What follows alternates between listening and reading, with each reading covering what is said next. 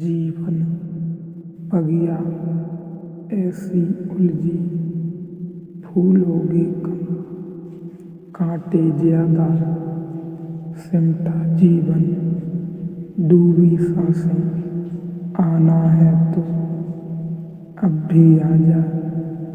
यदि आपने अभी तक अंतिम अध्याय नहीं देखा है तो कृपया करके अंतिम अध्याय देखें, उसके बाद ही इस अध्याय में प्रवेश करें। दृश्य और दर्शक, मनुष्यता इनमें बटी है। कभी भी कोई दृष्टा होता है, कोई अष्टावक्र, कोई कृष्ण, कोई महावीर, कोई बुद्ध। कभी कोई जागता है और दृष्टा होता है। तू सबका एक दृष्टा है और इस सूत्र की खूबियाँ हैं ये है कि जैसे ही तुम दृष्टा हुए तुम्हें पता चलता है कि दृष्टा तो एक ही है, संसार में बहुत नहीं है, दृश्य बहुत है, दर्शक बहुत है। अनेकता का अस्तित्व ही दृश्य और दर्शक के बीच है। वह झूठ का जाल है, दृष्टा तो एक ही है। ऐसा समझो कि चांद निकला, पूर्णिमा का चांद निकला, नदी, पोखर में, तालाब, सरोवर में, सागर में, सरिताओं में, सब जगह प्रतिबिंब बने। अगर तुम पृथ्वी पर देखो और सारे प्रतिबिंबों का अंकन करो तो करोड़ों अरबों खरबों प्रतिबिंब मिलेंगे, लेकिन चांद एक है, प्रतिबिंब अनेक, दृष्टा एक है, दृश्य अनेक है, दृश्य अनेक है, दर्शक अनेक हैं। वे सिर्फ प्रतिबिंबित हैं, वे छायाएं हैं।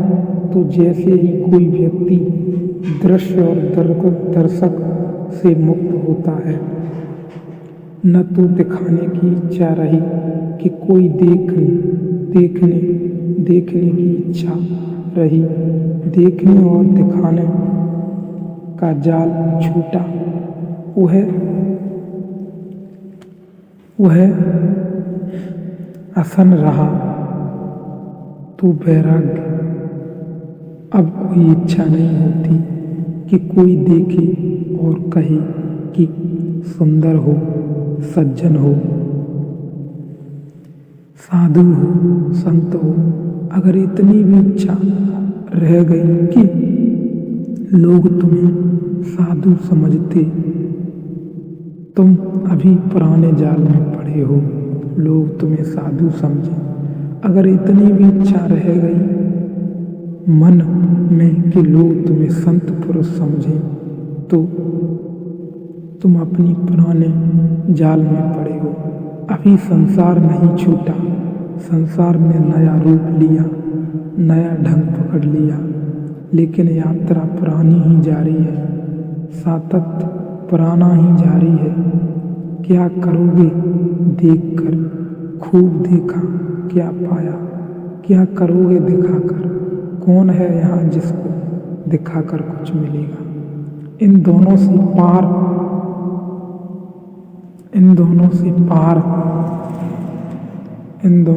पार ही हटकर, द्वंद्वों से हटकर जो दृष्टा में डूबता है तो पाता है कि एक ही है।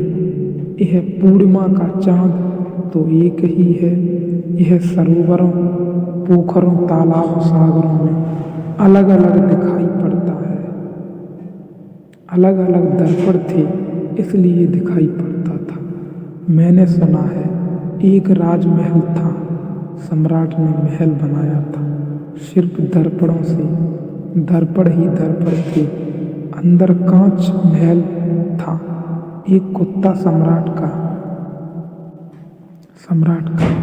वहां रात बंद हो गया, भूल से अंदर रह गया। उस कुत्ते की अवस्था तुम समझ सकते हो क्या हुई होगी। वही आदमी की अवस्था है। उसने चारों तरफ देखा, कुत्ते ही कुत्ते थे, हर दर्पण में कुत्ता था। वह घबरा गया, वह भौंका। जब आदमी भयभीत होता है तो दूसरे को भयभीत करना चाहता है, शायद दूसरा भयभीत हो जाए तो लौट आए, अपना भय कम हो जाए। वह भौंका, लेकिन स्वभावतः वहाँ तो दर्पण ही दर्पण थे। कुत्ते ने भौंके, आवाज उसी पर लौट आई, अपनी आवाज ही प्रतिध्वनि थी। वह रात भर भौंकता रहा और भागता और दर्पण से जूझता लूलुहान हो गया। वहाँ कोई भी न था, अकेला था। सुबह मरा हुआ पाया गया, सारे भवन में खून के चिन्ह थे। उसकी कथा आदमी की कथा है। यहाँ दूसरा नहीं है, यहाँ अन्य है ही नहीं, जो है अनन्य है। यहाँ एक है, लेकिन उस एक को जब तक तुम भीतर से न पकड़ लोगे, ख्याल में न आएगा। तू सबका एक दृष्टा है और सदा सचमुच मुक्त है। अष्टावक्र कहते हैं सचमुच मुक्त है। इसे कल्पना मत समझना। आदमी बहुत अद्भुत है। आदमी तो सोचता है कि संसार सत्य है और ये सत्य की बातें सब कल्पना है। दुख तो सत्य मानता है, सुख की कोई किरण उतरे तो मानता है कि कोई सपना, और ये सत्य की बातें सब कल्पना है। दुख तो सत्य मानता है, हर कोई धोखा है। मेरे पास लोग आते हैं, वे कहते हैं बड़ा आनंद मालूम हो रहा है सत्य की यात्रा पर, लेकिन शक होता है यह कहीं भ्रम तो नहीं। दुख में इतने जन्मों जन्मों तक रहे हैं कि भरोसा ही खो गया कि आनंद हो भी सकता है। आनंद असंभव होने लगा है। रोने का अभ्यास ऐसा हो गया है कि दुख का ऐसा अभ्यास हो गया, कांटों में ऐसी पहचान हो गई कि फूल अगर दिखाई भी पड़े तो भरोसा नहीं आता, लगता है सपना है। आकाश कुसुम है, होगा नहीं, हो नहीं सकता। इसलिए अष्टावक्र जैसे व्यक्ति कहते हैं कि इसी क्षण चाहे तो मुक्त हो सकता है, क्योंकि मुक्त है ही। मुक्ति में कोई बाधा नहीं, बंधन कभी पड़ा नहीं, बंधन केवल माना हुआ है।